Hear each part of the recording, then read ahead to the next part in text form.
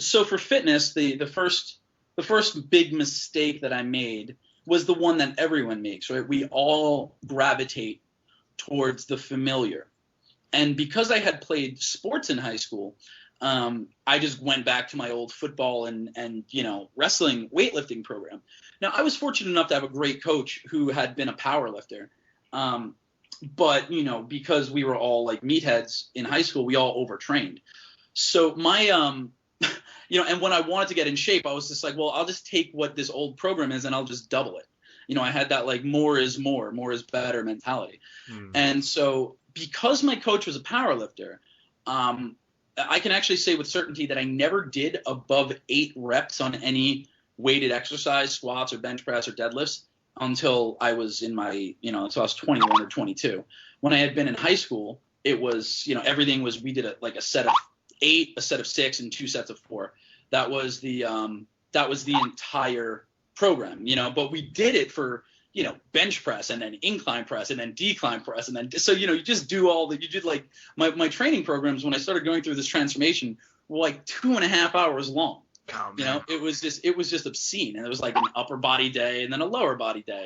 And, it's just crazy that I did so much volume.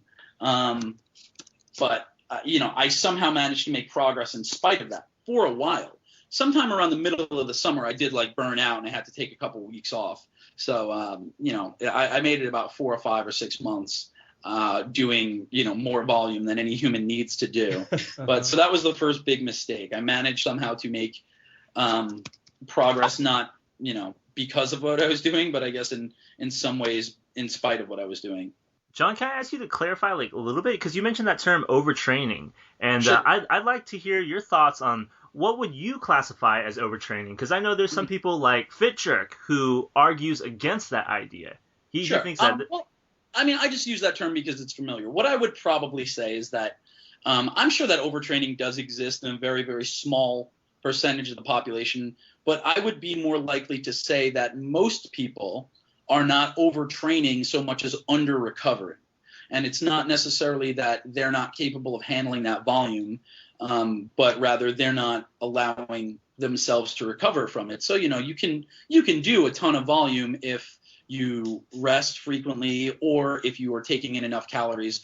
But, the other big mistake I made was with nutrition, where I was just like under eating, and I was doing 6 meals a day and they were probably like 150 to 200 calories each. So I was subsisting on anywhere between like 1,500 and 1,700 calories per day, and and doing a just like an epic fuck ton of volume.